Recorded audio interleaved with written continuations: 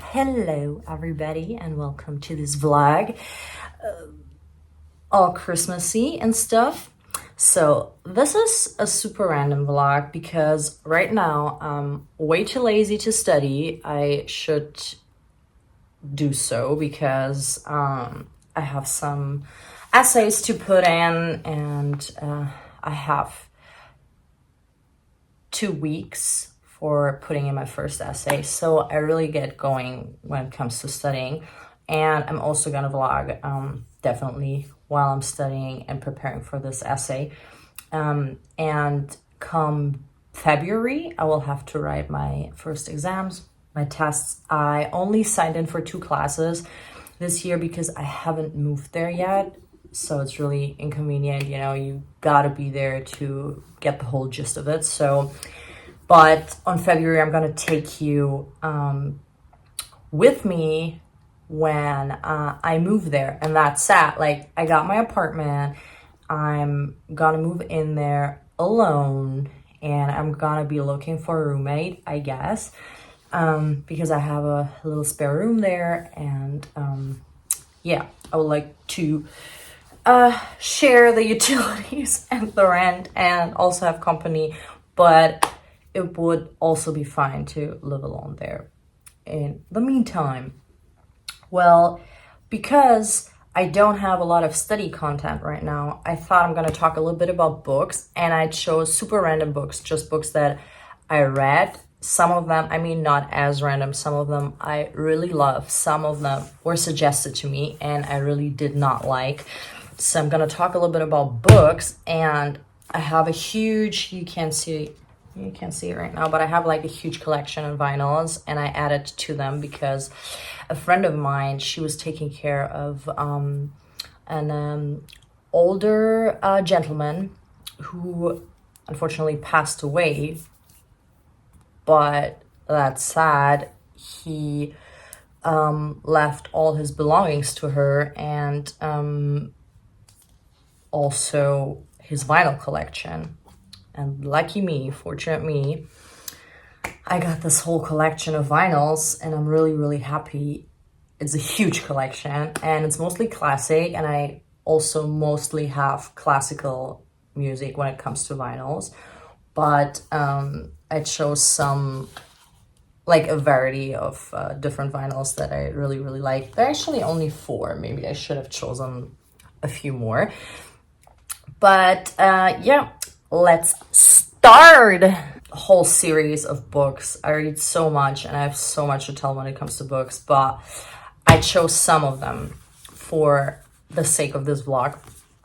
And I want to start with A Woman in Berlin because I feel like I don't know anyone who has read this book, and it's a bummer because it's one of my favorite books. And I mean, I usually don't do that. It's like a sin to do this, but nevertheless, I did it because I read it on my, like, I think on a vacation in Greece. It was so unrelated because this is a book you should actually read, I don't know, when you're in Vienna, when it's winter, when it's like, I don't know, a little bit more moody. So basically this is about a woman, and it's not autobiographical. It's just a snippet of her life after the Second World War, getting into the Cold War kind of transition. And she lived in the DDR, so in east of Berlin. And this is her diary. And because she used to be a journalist, she has an exceptional way of writing.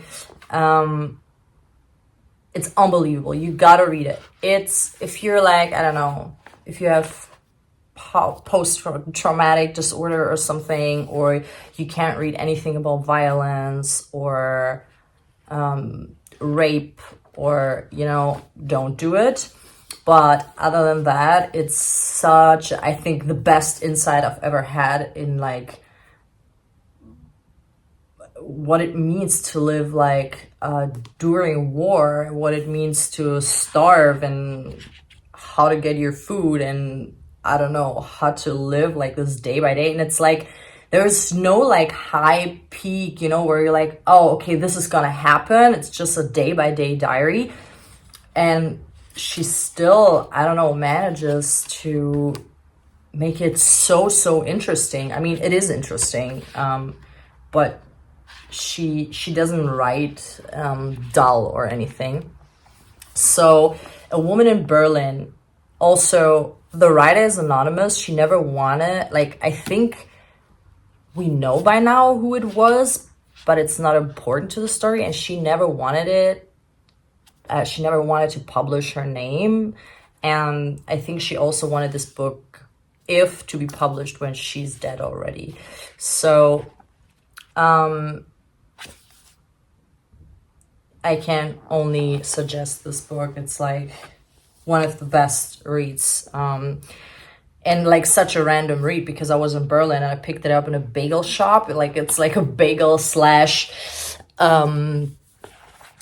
bookshop, and I saw it there and I was like, oh, A Woman in Berlin. I'm a woman in Berlin right now, so I'm gonna pick it up. And it was one of these like random buys that turned out to be one of the best impulsive buys I've made.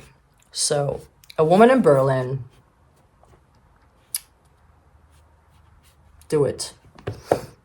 Let's come to a really shitty suggestion, in my opinion. So everyone was ranting about this book, My Year of Rest and Relaxation.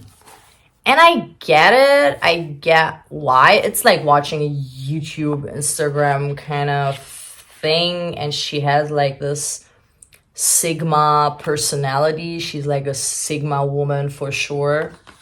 There's also like Dutch money in here. Like, not worth anything anymore, but look at how colorful it is. I think I used it as a bookmark. But I read this book and it's entertaining, but it's like watching Sex and the City or something, you know. Not that I always read, like you can also read for like pure enjoyment, like there's nothing wrong about it, but without telling too much, I also did not like the end. And it's basically about a girl who's taking lots and lots of meds to stay tranquilized and like be able to sleep the whole time. And she goes through like this depression, but is also like super rich and super narcissistic, and she has like this one poor friend that somehow, I don't know, stays friends with her because she's rich, and I think she envies her, but it's like this unhealthy friendship kind of. And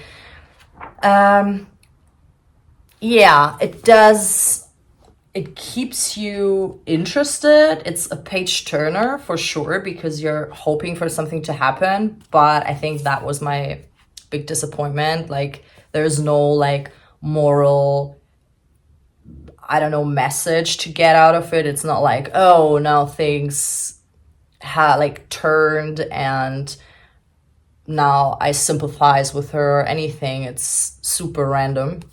And as I said, I also don't like the ending. But that's just me. Maybe you have another view, you know, when it comes to this book. So let me know if you really loved it. Why? Please, I want to know. Maybe it's something I don't understand. But yeah, My Year of Rest and Relaxation by Otessa Moshfegh. Okay, I butchered this name totally, but yeah. I can also read the blurb maybe. Young, thin, pretty. A recent Columbia graduate, an apartment on the Upper East Side of Manhattan paid for by her inheritance. Our narrator has many of the advantages of life, but there is a vacuum at the heart of things, and it isn't just the loss of her parents. or the way her Wall Street boyfriend treats her, or her sadomasochistic relationship with her best friend.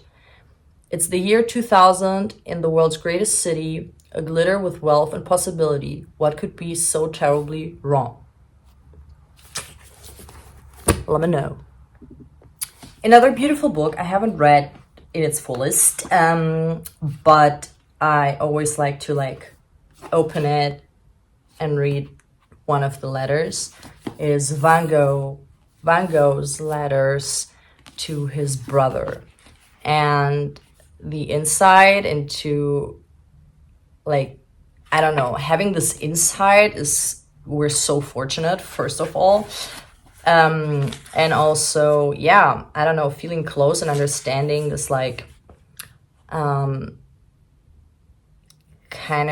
this genius but also maniac mind that he has. I can only suggest reading the letters of Van Gogh. I'm not gonna tell more because it's nothing you can just blab about. It's just read it. And it's also a book you don't have to read it once. You can you would write letters, you can also read them one by one whenever you feel like it. The other one, I'm not gonna tell too much about it. There's also a card in here. I love finding things in my books. I have the German version, but I also have somewhere the English version. It's Albert Camus, The Stranger. It's just a classic read. He's such a, I don't know, nostalgic, beautiful mind, and I can only suggest reading it. It's really short, so even if you don't like it, you did not waste too much time on it, and you read a classic. And at the next intellectual meetup, you will be able to participate when it comes to this conversation. The other book that is maybe really common, everyone read it in the States, but when it comes to Europe, we are not in touch with this book as much.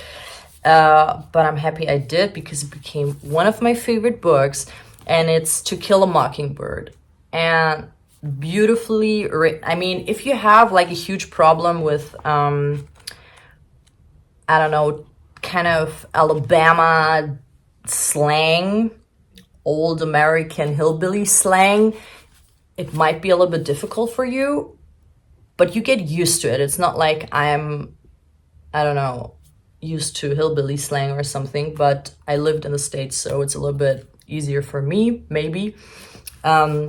But you get used to it. You get used to it. All these surprises. It's from a card deck, actually. It's the King. So it's an homage, or it's a criticism on racism, of course, and how unfair trials can be, or used to be, and still are, but how much more unfair it was. It's homage on morality, and how to manage to be different and to be fair if you live in a bubble or in a society that doesn't allow this way of thinking. It's about this man, a lawyer, who goes through a trial, and it's about him and about his children, and one of his children is the narrator, and it's out of her perspective, so it's a really naive perspective, which makes it really easy to understand both sides, but the one you can excuse, the other one you can't. But her being a child, it's easier to not be so hard on her. And so you just gotta read it. It's beautifully written, and man, Harper Lee, she I don't know, she really did something with this book, and like it touched me in so many ways. Yeah, so read it, go read it. I don't know if the blurb makes any sense, but a lawyer's advice to his children as he defends the real mockingbird of Harper Lee's classic novel, a black man charged with the rape of a white girl. Through the young eyes of Scout and Jem Finch, Harper Lee explores with humor the rationality of adult attitudes to race and class in the depth South of the 1930s. I mean, the weight of history will only tolerate so much. It's like the last, I don't want to read like the whole blurb, but it's, yeah, it's beautifully written. So, To Kill a Mockingbird, worth that. Another book, I'm not going to talk too much about this one, is Naked, David Sedaris. Everything that David Sedaris brings out is so funny. Like, he's one of those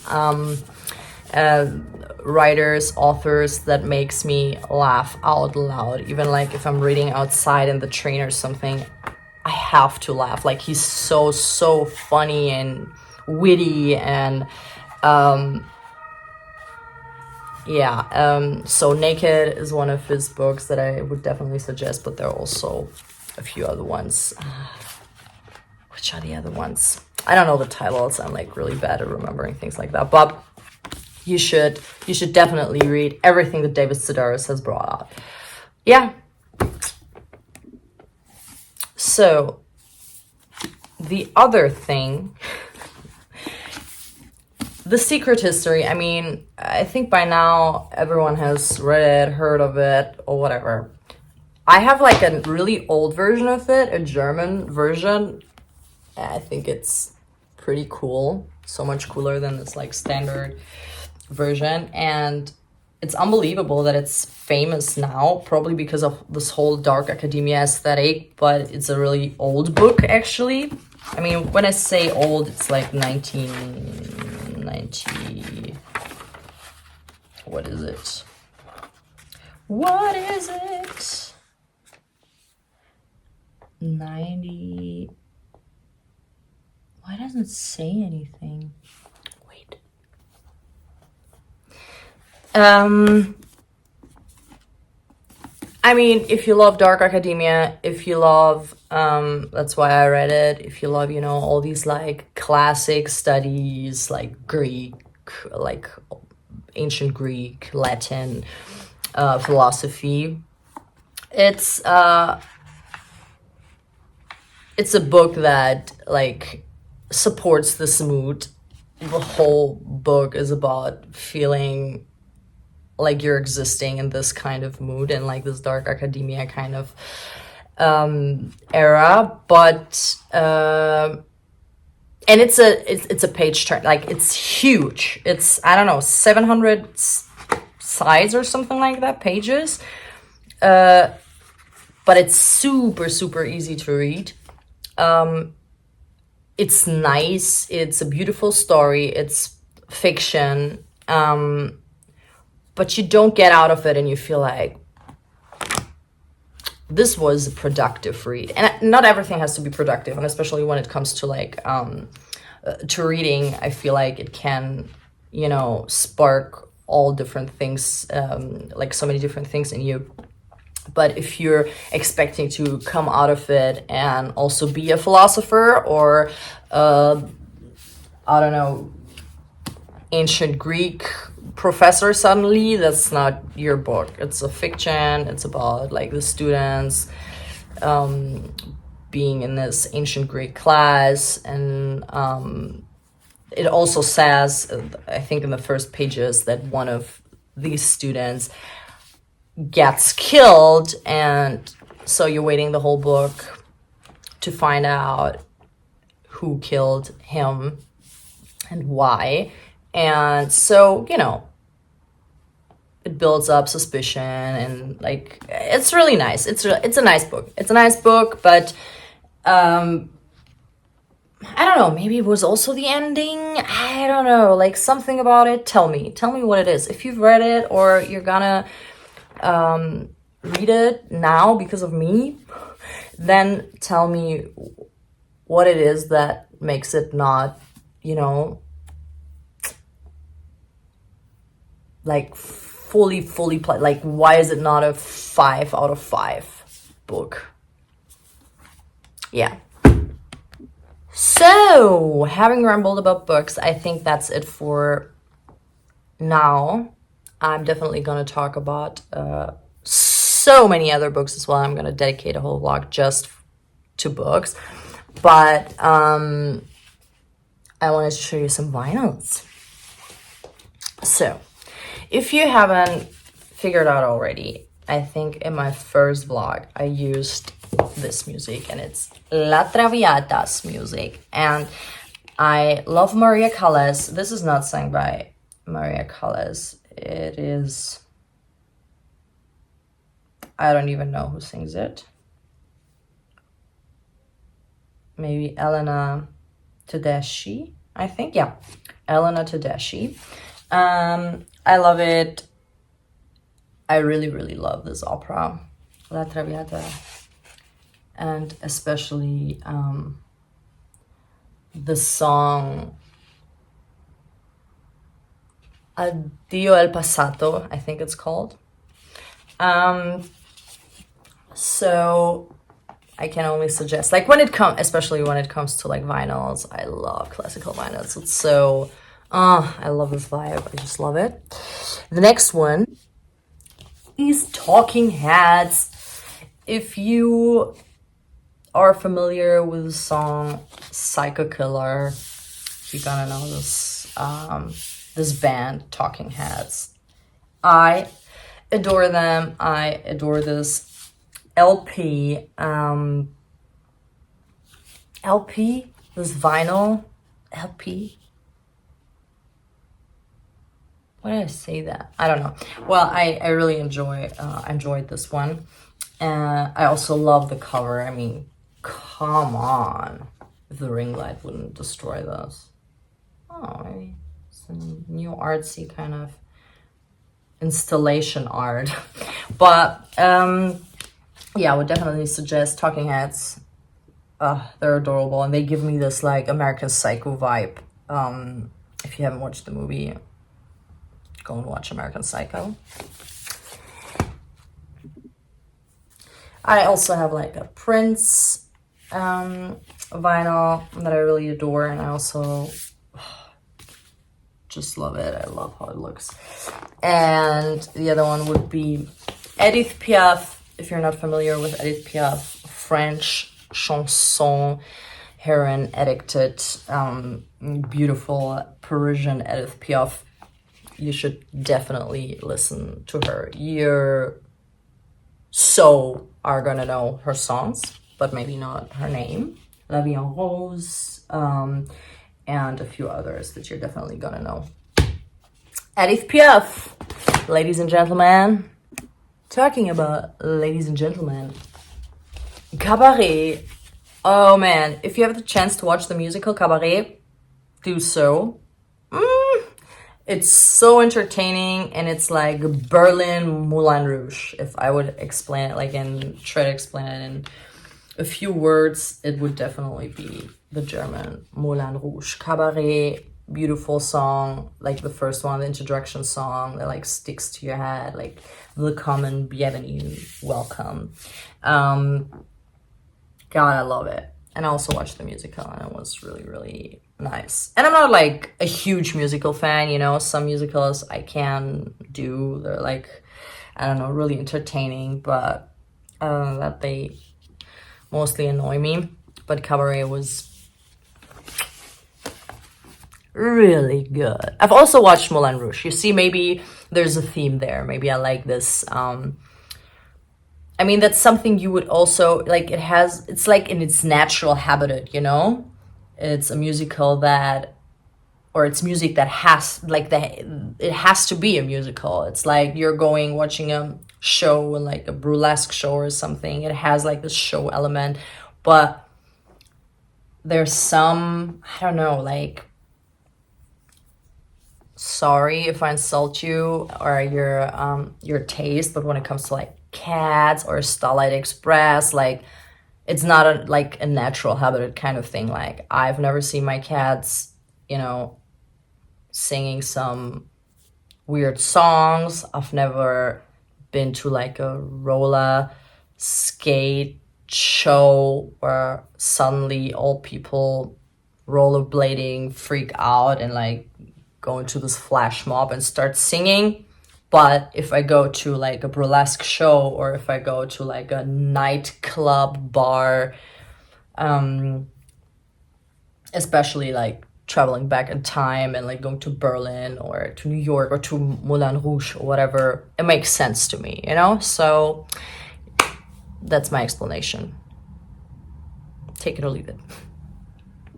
I mean, Beatles, it's just, I love listening to Beatles on vinyl. It has like a different vibe to it. And also, if you're not familiar with this one, get familiar with Goldfinger. I'm not gonna say anything about it. I mean, we all know James Bond, so this is such a nice soundtrack. Yeah, and last but not least, it's not a vinyl, but I don't know, it was stuck between my vinyls, probably because it has the shape of a vinyl. I wanted to introduce you to my 2024 calendar of Vincent van Gogh that I got. And I mean, come on.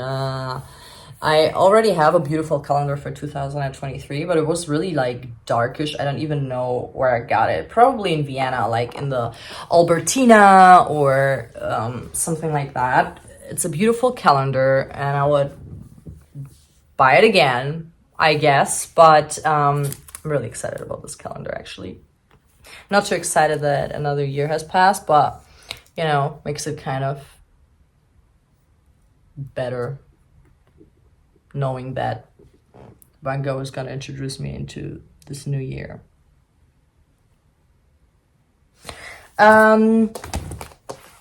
Yeah, so this is the first part of the video. I hope you enjoyed it. The rest will be just like, you know, some insights, me putting up the tree, and maybe some glimpses here and there, what I did this week. I'm sorry I like that it's not as related to my philosophy studies, but I think it would also be boring to just see me the whole time studying, you know? If I have to say something about studying and if I think like it's shareable and it's I can show you like the way of studying or being in the university, you know, when I'm there in February, it makes a lot more sense.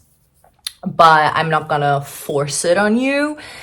And so I think this is also a part I want to explore in the YouTube videos, just like showing books and music and yeah, introducing you into my world. So yeah, enjoy the rest of the video. Thanks if you made it through like till here, through the whole video, and you're here right now. Congratulations. You should get an award for sticking through my rambling. I'm probably not gonna sign out this vlog. Like, I'm just gonna let it fade with all these like images and pictures. So I'm gonna say goodbye here and I'm gonna let you enjoy the rest of the video. See you next week. Bye-bye, my lovely viewers.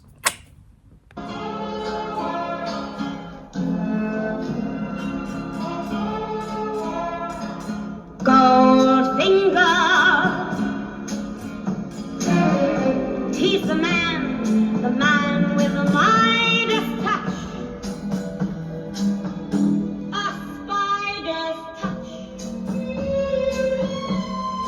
such a cold finger.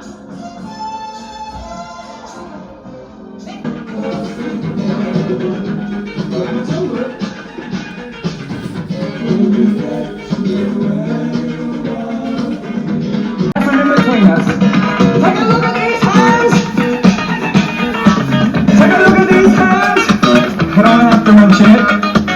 Okay. So, just to clarify some confusion that I feel like I created. So, going to my new apartment near the university doesn't mean that I'm not gonna live here. So, I will be commuting between this apartment and my new one. They're both in Germany. They're 3 hours away from each other. And yeah, I'm gonna be half the time kind-ish there and then the other half here. And what else? Oh yeah, and I will have the remote job, but next week I'll have to travel to the headquarters of my job, to Munich. So I will take you along to Munich as well, because I want to also visit some museums there that I got such a, oh my god, sorry. Yeah, I'm gonna take you along. Gonna take you with me to Munich, because yeah, I want to visit like a museum there, and that I got suggested to visit, and yeah, I'm gonna take you along there. So yeah, I just wanna tell you, I just wanna clarify it, because I got asked, where do you live? Like, where are you moving to? What is happening? Just saw somebody I know. That's what I had to smile. But yeah, gotta take you along to everything, and you gotta let me know if you wanna, like, do you want to see a moving vlog? Do you want to see like how I interior design my new apartment? Do you want to see more of my university city? Do you want to see more of the other city I'm currently living in? What do you want to see? What? Just tell me, so I know like what kind of content you like most. Like, do you want me to just like exclusively talk about university studying and studying books and studying everything, or do you enjoy also the other part? Because it would be a lot easier to me if you enjoy like multiple parts, so I can make more content, because if you only like studying, I won't be able to film as much. So let me know. My skin used to be better. Is it the light? I don't know. Well,